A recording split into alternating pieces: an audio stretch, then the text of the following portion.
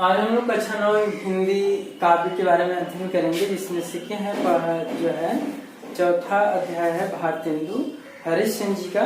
तो भारतेंदु हरिश्चंद्र जी ने पहले प्रेम माधुरी का वर्णन किया है। प्रेम माधुरी में उन्होंने सबसे पहले वर्षा ऋतु का वर्णन किया, फिर इसके बाद गोपियों के विरह का वर्णन किया है। उसमें उन्होंने कहा कि उसमें गोपियां उद्धव जी से कहती हैं कि सखी आयु वसंत ऋतुन कुकंत, ये जो है हमने व्याख्या बता दिया था पिछले वीडियो में ही बता दिया। सखी आयु वसंत ऋतुन कुकंत चहु दिशि फूल रही सरसों, बर शीतल मंद सुगंध समीर सतावन हार भयो गरसो, अब सुंदर श्यावर नंद किशोर कहे हरिचंद गयो घरसो, परसों को बिताए दियो बरसो तरसो कब पाए पिया परसों। कहती है सखी आयो वसंत ऋतुन कुकंत, ऋतुओं का स्वामी हे सखी, ऋतुओं का स्वामी वसंत ऋतु का भी आगमन हो गया है, वसंत ऋतु का भी आगमन हो गया है।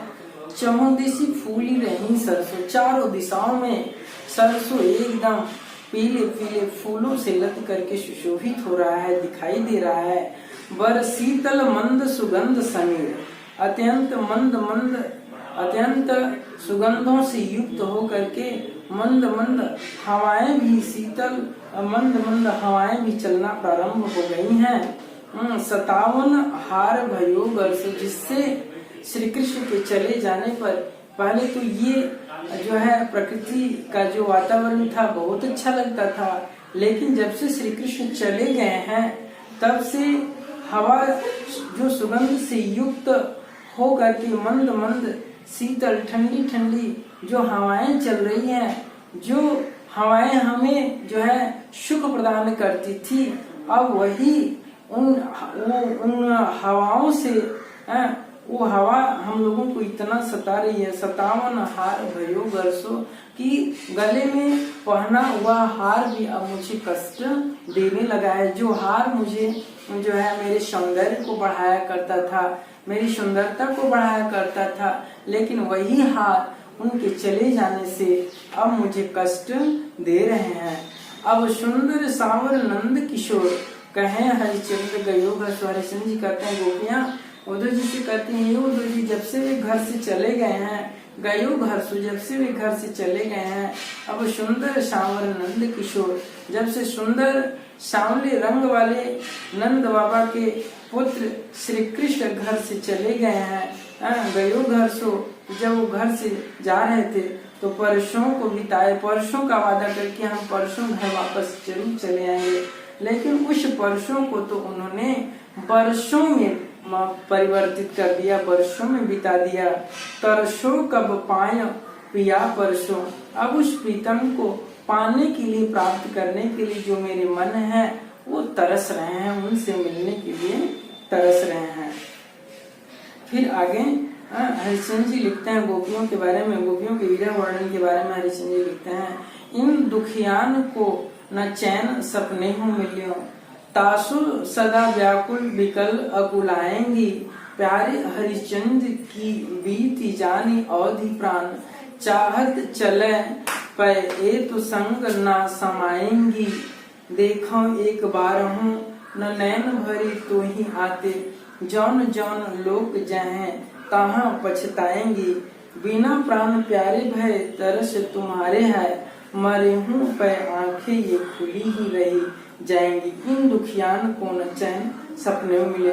उद्धव जी से गोपियां उद्धव जी से कहती हैं कि ये उद्धव जी, श्री कृष्ण के चले जाने से हम विरहिणियों को तो अब स्वप्न में भी सुख का अनुभव नहीं किया जा सकता, सुख नहीं मिल सकता। तासु सदा सपने में, तासु सदा व्याकुल विकल अकुलाएंगे, जब से वे गए हैं उसी समय से ये हमेशा वियोग से व्याकुल रहती हैं, व्याकुल विकल अकुलाएंगी, अत्यंत व्याकुल होकर के अकुलाती रहती हैं। प्यारे हरिश्चंद्र की बीती जान अवधि प्राण, हरिश्चंद्र जी कहते हैं कि गोपियां उद्धव जी से कहते हैं कि हे उद्धव जी, जो उन्होंने वादा करके हमसे गए थे कि इतने दिन में हम वापस चले आएंगे, लेकिन वो तो उनके आने की जो अवधि थी वह अवधि भी समाप्त हो गए हैं। अब अवधि भी समाप्त होने जा रहे हैं। अब प्राण चाहत चले पे, अब तो मेरे जो शरीर से जो प्राण है वो निकल जाना चाहते हैं। प्राण चाहत चले पे ये तो संग न समाएगी, ये प्राण हमारे शरीर में हमारे साथ रहना नहीं चाहती हैं।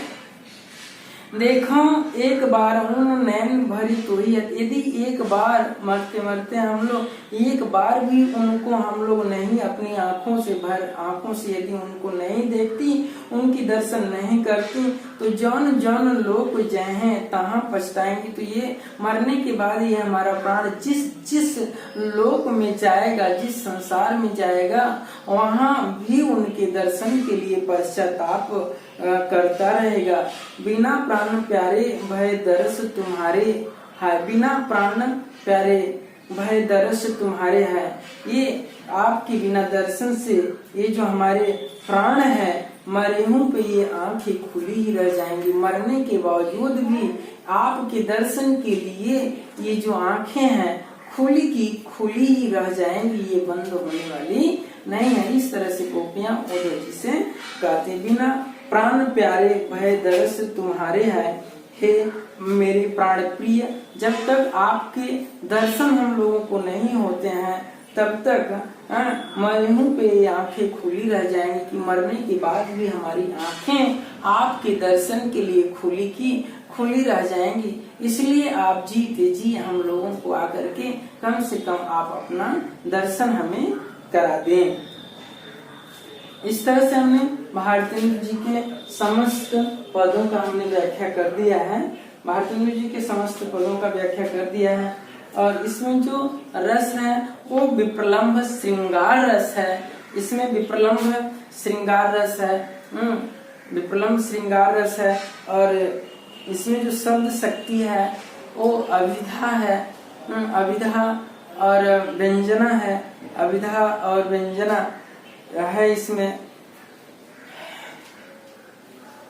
और इसके रचयिता आपको बताए दिए हैं, भारतेंद्र हरिश्चंद्र जी हैं, और ये प्रेम माधुरी से लिया गया है।